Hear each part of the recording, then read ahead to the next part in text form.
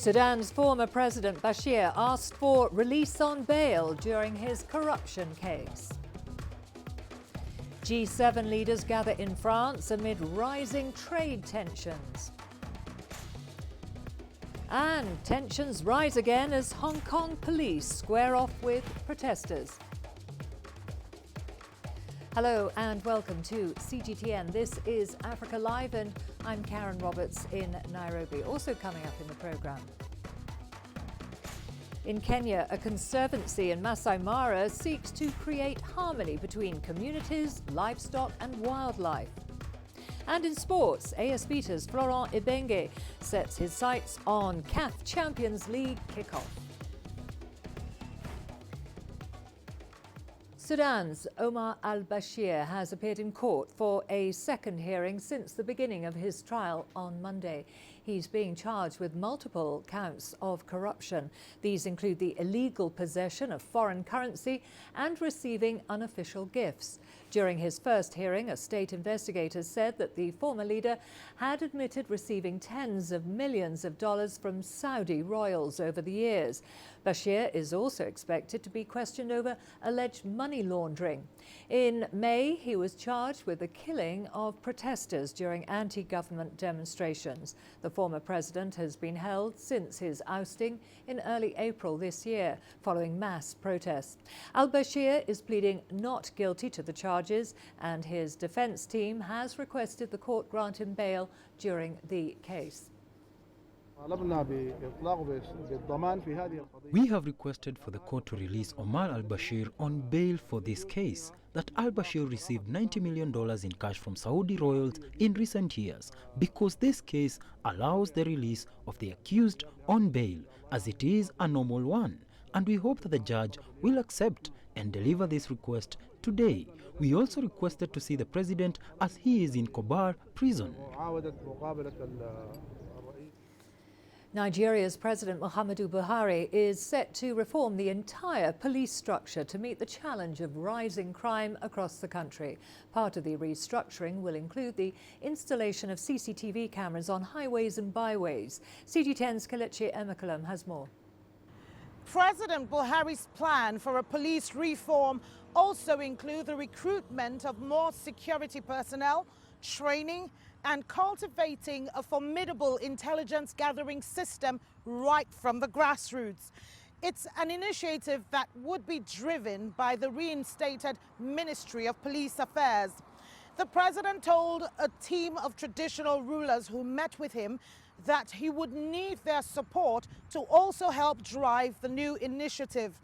Lately, Nigeria has witnessed a surge in cases of rape, kidnapping, murder, burglary, terrorism, communal clashes, and so much more. In the first quarter of 2019 alone, over 1,000 people were killed in crime-related cases, and there were 685 reported cases of kidnap. The government has been blamed for not doing enough. A $470 million CCTV installation project went sour in 2013. Kelechi Emekulam, CGTN Abuja, Nigeria. Let's now head to Ethiopia, where thousands of South Sudanese refugees living in the country are keenly following the ongoing peace process in their homeland. Most are actually awaiting the outcome of talks between President Salva Kiir and opposition leader Riek Machar. The refugees are living in camps situated in western Ethiopia. As CGTN's Gurum Chalo reports, many of the South Sudanese are ready to go back home and to restart their lives. Peter Kaur is one of the hundreds of thousands of South Sudanese refugees who reside in this refugee camp located west of Ethiopia. Peter lived in this Asosa refugee camp for the last 3 years. Still, he vividly recalls what brought him here. The problem which is bringing me to this camp, it is the internal war, internal clash which is happening in our homelands. This is the problem which brings me here, to be here in the camp. Peter is married and got 2 kids, and all of them reside here with him. But his family and the thousands of South Sudanese men, women and children are finding life in this camp rather uneasy. There is a shortage of our food that we are used to receive from UNICEF, and also the item that we used to receive from UNICEF, it is shortage for us. UNHCR says it is working around the clock to meet the basic needs of these refugees. Basically, we have about 13,500 refugees in this camp, majority are South Sudanese, around 11,000, and we provide them with basic services and protection in conjunction with ARA and various number of partners. With the much anticipated meeting between President Salva Kiir and former Vice President Riek Machar coming up, Peter and all of the others eagerly are awaiting their return home. The South Sudanese refugees have voiced important messages for the two leaders. Back home, if they have relationship or if they have sit with our President Salva Kiir, if they have peace agreement, and we need the voluntary repatriation to our country back again. It's possible for them to sit down and have a peace agreement. As they can see, our situation now in this camp is not comfortable. So you, as Salva Kiir or Riek Machar, you are supposed to have agreement and solve that problem. This is an internal problem. It's not good for you to stand opposite to one another. You also need to save this young South Sudanese generation.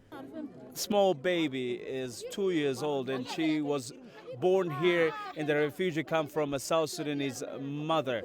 Her mother, when she was pregnant, came to this refugee camp in Western Ethiopia, as we've been told. The situation in the camp, as much as the UNHCR is trying to provide clothing and shelter and food, is really dire, and these people need their peace back to their country so that they can return home. Group Data CGTN at Sore camp in Western Ethiopia. China and Egypt have just ended military exercises off the Egyptian coast. A statement from the Egyptian Armed Forces says the drills were part of ongoing military cooperation with China. Yasser Hakim has more. The joint military exercises at the Mediterranean Sea were performed by the naval forces, using China's North Fleet, which includes Jian 153 Navy destroyer. The exercises focus on anti-terrorism as well as blocking and searching suspected ships in the ocean. Training in combating piracy has also taken place and how to deal with enemy speedboats in a conflict. The drills have come at an important time, where the Middle East has been plagued with security threats to nations and international trade. The military cooperation is very important. Egypt benefits from the Chinese experience. You know, there's a lot of Chinese weapons purchased by Egypt's armed forces. They cooperate together on air defense, for example, besides the Navy. The two countries have a pivotal role in deciding trade over the Red Sea and Mediterranean. So coordination is important. This is the second joint military exercise in the last 2 years, a reflection of the close military ties between the two nations. According to a statement from Egypt's military sources, the cooperation with China continues. No details have been released yet. However, some experts believe that there will be more military exercises in 2020. Yes, Hakim for CGTN, Cairo. Tensions rose in Hong Kong again as riot police squared off with protesters near to a police station in a working-class neighbourhood. Thousands of demonstrators, many wearing hard hats and gas masks, marched through the industrial Kwun Tong area, where they were blocked by dozens of riot police. The city has, for now, pulled back from what appears to be a nosedive into violence, with the last serious clashes taking place 1.5 weeks ago. Well, we are going to a short break now. Don't go away. Lots more to come, including hydrogen-powered bikes to the rescue amid transport challenges during the G7 summit. And in Kenya, a conservancy in Masai Mara seeks to create harmony between communities, livestock and wildlife.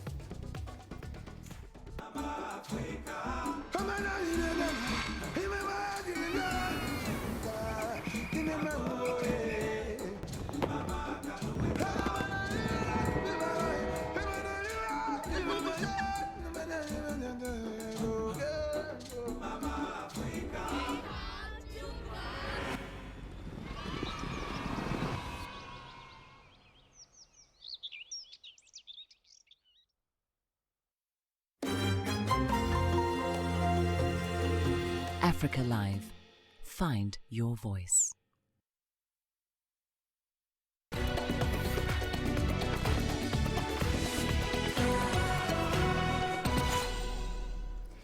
In Nigeria, many women are challenging the norm by breaking into male-dominated professions and excelling. One of them, Scholar Obasi, is inspiring others while making a living as a driver. Deji Badmus has her story. Starting her daily routine. In just under an hour, she's getting dressed to hit the road.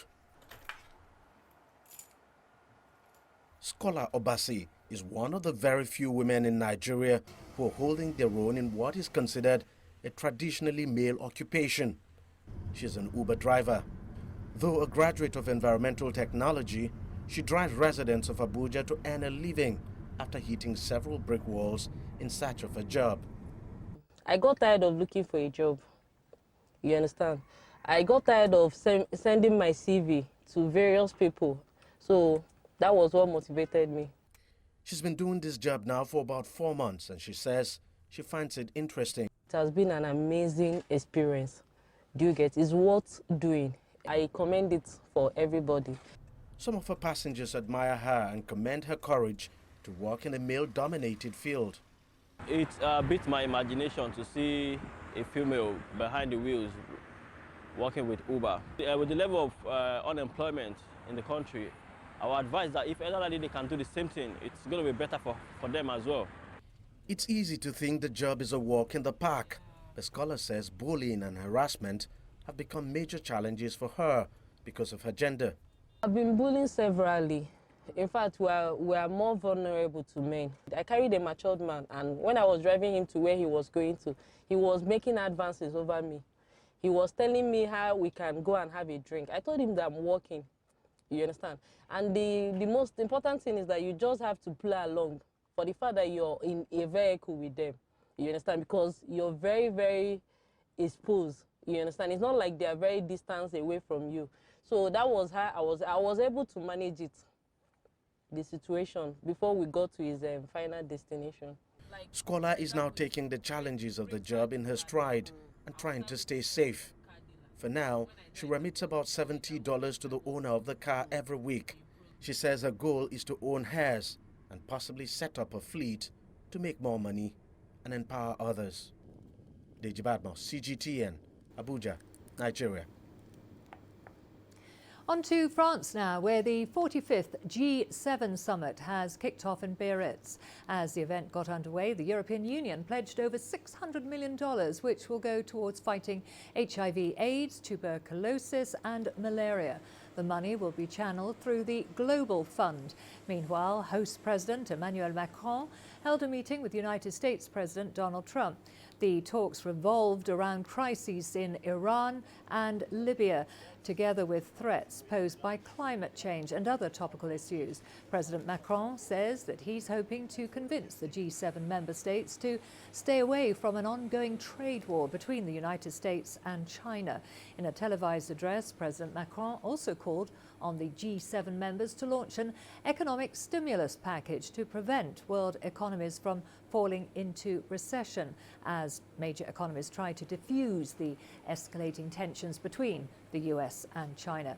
Well, so far, the European Commission President Donald Tusk says the 2019 G7 summit will be a difficult test of unity, since leaders of the rich economies are finding it hard to find a common language. Well, our correspondent Stefan de Vries is following events at the G7 summit in Biarritz. He's now joining us live from there. Stefan, what is the latest you have? Well, the leaders of the 7 Western countries have been in bilateral meetings all afternoon, and now they're preparing themselves for the dinner with their spouses in a lighthouse here on the coast in Biarritz. It is as if Emmanuel Macron wants to say, I'm the lightning example to set the new path in this geopolitical very difficult situation. So that's going on now. Some leaders have given some statements. They were pretty optimistic, but well, dark clouds are gathering above this summit. There are many topics to debate, and well, basically the member states of the G7, they are not really agreeing with each other. So it's going to be an interesting dinner, but probably not very cordial. Okay, well, let's talk a bit about some of those dark clouds gathering over the summit. Well, the meeting comes as the world is caught in the crossfire of a trade war between the US and China. At the same time, the US is threatening to slap tariffs on French wine. How high on the agenda are these matters going to be, and can they be resolved at this meeting? Well, it is absolutely a priority, of course, especially since the announcement yesterday by China to put new tariffs on American goods, and then the answer of the United States that they will put new taxes on Chinese goods. So especially the European countries are very worried about a possible global recession, and Emmanuel Macron, the French president and the host of this summit, has been trying to convince Donald Trump during a lunch earlier today that his protectionism is not the answer to the world's problem, and that it's even a threat or a risk, and that it may lead to a global recession. So it's absolutely very high on the agenda, especially European member states, European Union member states are very worried about the risk of a global recession due to the escalating trade war between China and the US. Okay, thank you very much, Stefan. That was our correspondent, Stefan de Vries, there in Biarritz following the G7 summit. The thought of hydrogen-powered bikes, well, they're to the rescue amid transport challenges during the G7 summit. And in Kenya, a conservancy in Masai Mara seeks to create harmony between communities, livestock and wildlife. It appears like a normal bike from far, but this is far from the standard bike, which is powered by fossil fuel. It runs on hydrogen.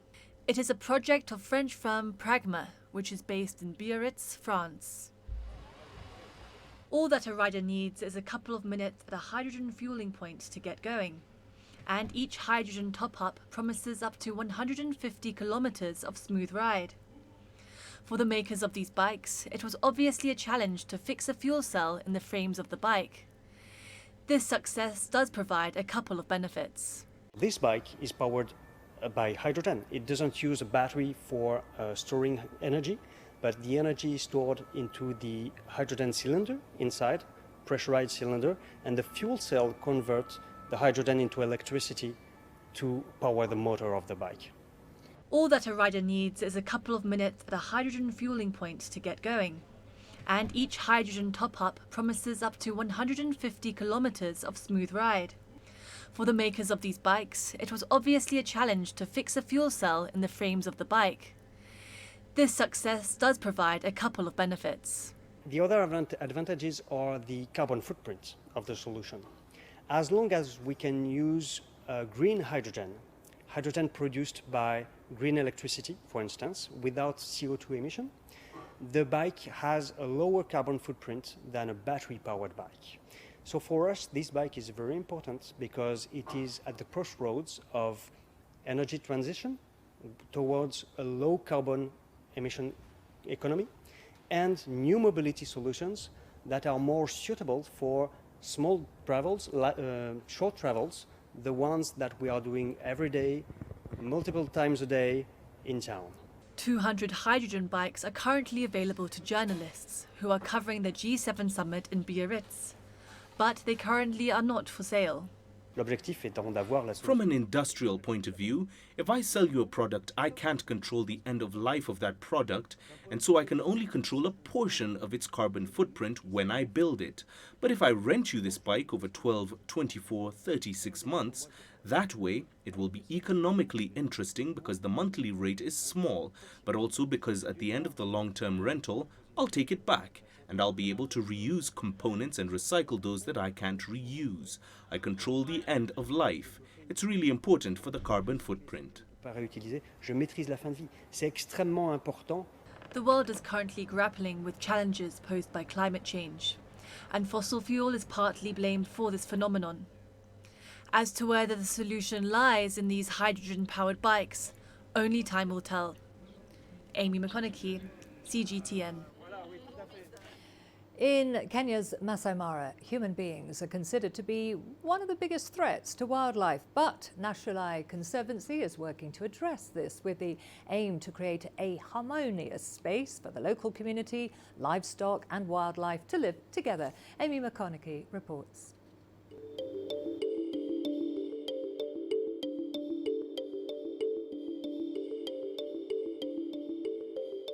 We're at the highest point of the National Conservancy and the view here is absolutely incredible.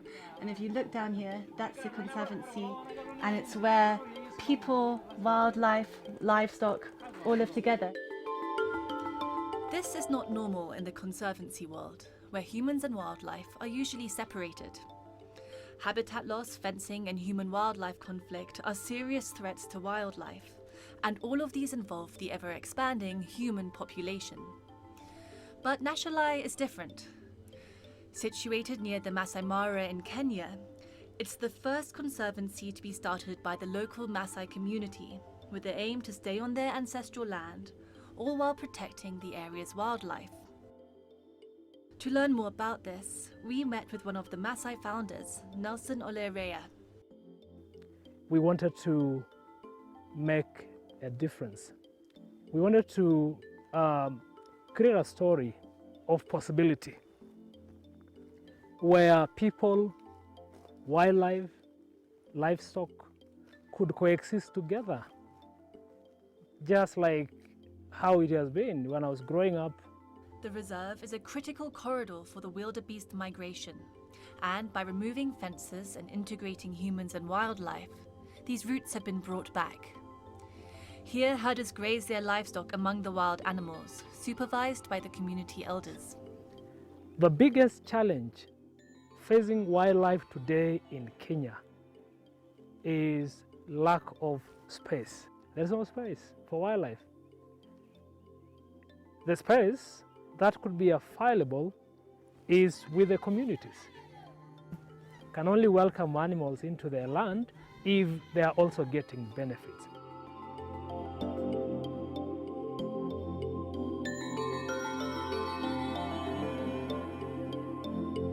So what are the benefits? One of the Conservancy's main focuses is on initiatives like this one, a water project that aims to provide clean water to the local community. Nelson believes projects like these that give back to the people are what motivates them to fight for the protection of the Conservancy's animals and ecosystems. Musira is one of National's rangers. Akatumia kupata conservancy, tumebatilika sana, watoto wanapata basari, wazee anapata pesa ya shamba yao, sisi tumeajiriwa kazi, tunapata mshahara. Nikiamka asubuhi yake nasikia mzuri sana nikiona nikilinda nyama ya pori sababu ya ardhi yetu.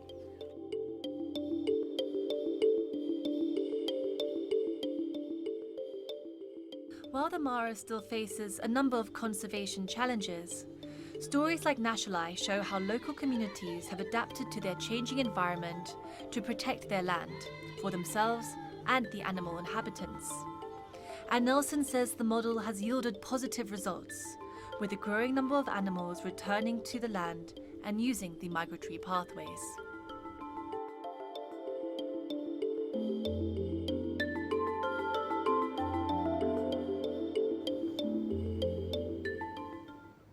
We've got all the sports news coming up for you after the break, including AS Vita's Florent Ibenge sets his sights on CAF Champions League kickoff.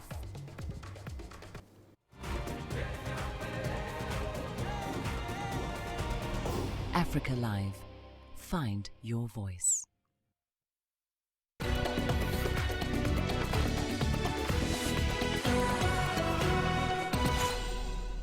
Democratic Republic of Congo's AS Vita club will be looking to replicate their 2018 form when they play in the African Champions League. The Congolese outfit, coached by Florent Ibenge, last won the Continental Club title in 1973, but Ibenge is confident he can make history by leading the team to the coveted crown. Leonis Nyange reports.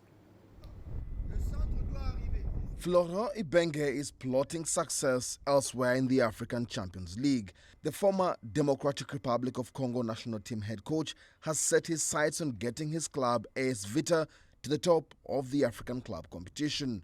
Compétition difficile pour nous parce qu'on a perdu. We are in the process of building. We must start again with the fundamentals. The good thing is we are competitive enough.